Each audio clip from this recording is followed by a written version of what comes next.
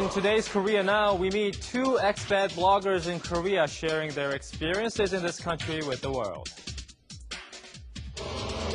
A global cosmetics giant's Seoul representative talks about Korea's beauty industry and the changing makeup trend. Plus, fun and cool ways to spend the long summer nights. Businesses targeting night owls coming up.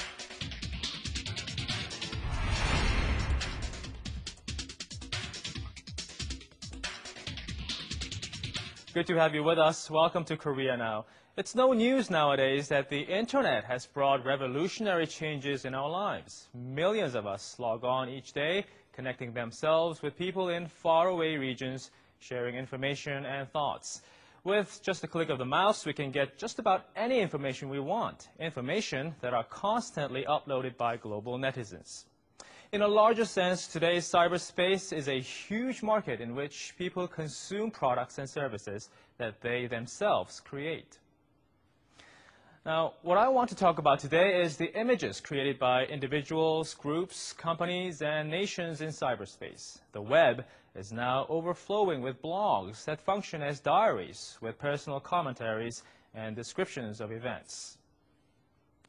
Say you're planning your first trip to Korea. You search online for what to expect. Wouldn't you be glad if you find a blog that shows Korea from a foreigner's perspective with lots of useful tips for foreign travelers?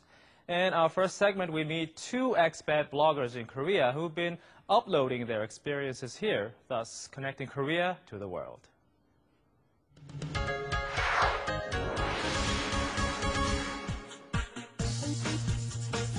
Joe and Michael have been around in cyberspace for quite some time now. They're what you call bloggers. Not just ordinary bloggers, they have a special eye on Korea.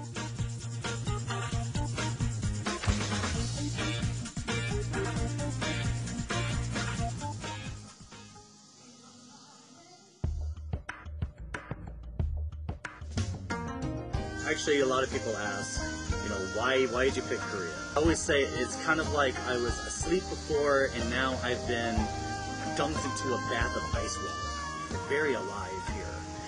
And what I always noticed was that every day, always something new and exciting, some adventure happens. When I write, I always say something blog-worthy happens.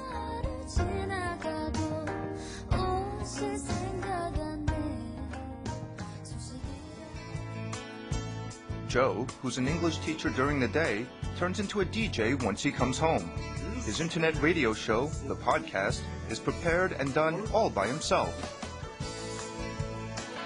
What I'm doing on the computer, I'm working on a podcast called the Seoul Podcast. We've talked about a lot of the hot issues that Koreans talk about and some of the ones that are actually under the radar. Of course, we talk about the big ones, the recent American beef fiasco. We've talked about the recent Dokdo. Actually, the demographics, most of our listeners are in America right now. I don't know why they're listening, because really the show is meant for just expats to listen to on the subway to work. It's not merely for fun. He has deeper intentions. I'm hoping with ZenKimchi and Seoul Podcast and my stuff to try to give people more outlets, trying to show them that there's stuff to do here. They're in an amazing opportunity that most people would die for.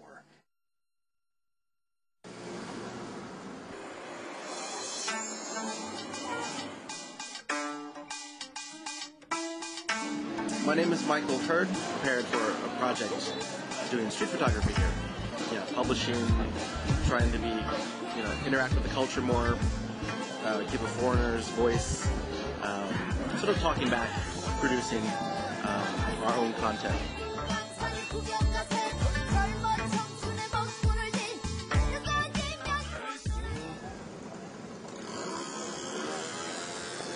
여기서 하면 될 것 같아요. 좀 이태원스러운. Michael is out on the streets.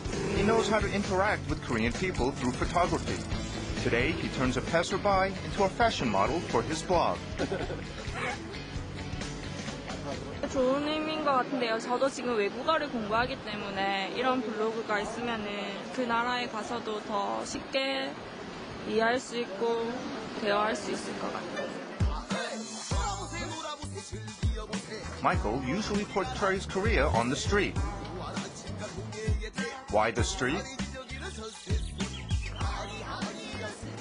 A lot of interesting things out on the Korean streets. I think Korea is one of the best places, most interesting places in the world for street photography, for example. But there's a lot out here. It's just, I don't think that many people are looking at it, publishing, taking pictures of it, making films about it as much as they should.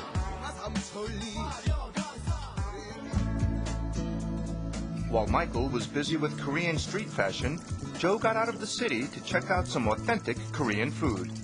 What they do here, they serve boribap. It's just rice, barley, vegetables. But for some reason, for a big meat eater like me, this actually is really something I crave. There's no meat in it, but it's actually something really good. Whoa, this is a lot. Wow. The only thing missing is the dongdongju, but my wrist is telling me it's a little too early for that.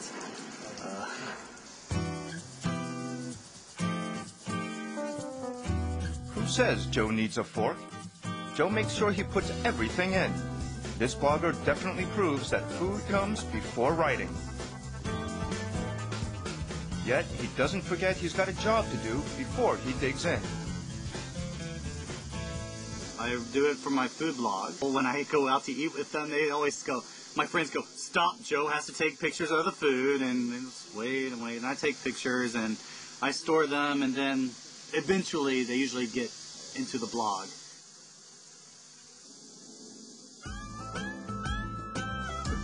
Joe says Korean food is still a mystery to a lot of Westerners. Readers of Joe's blog are exposed not only to Korean food, but also to Korean culture.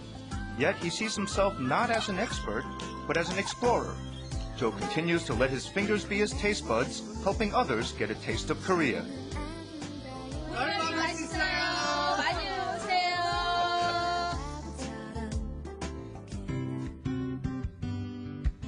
Early evening at a bar in Itaewon. Michael is on to the next episode for his podcast. This time he invites other expat bloggers. Regina, Jennifer, and Robert were happy to show up. Occasionally we get together and we communicate online all the time through our blogs. But groups of us do mix socially, and we definitely want to connect with each other offline. All four of them have been living in Korea for several years, and their blogs are all about Korea. A lot of hits on my blog are... Blogging is kind of relief for me. I mean, myself too. I mean, I started blogging just to keep myself sane. This coping mechanism with stress has now become their way of sending out messages. I'm interested in providing a foreigner's point of view of a person, living here in Korea. What Joe and Michael do in cyberspace brings foreigners closer to Korea. Their foreign yet Koreanized voices are a true bridge linking Korea to the world.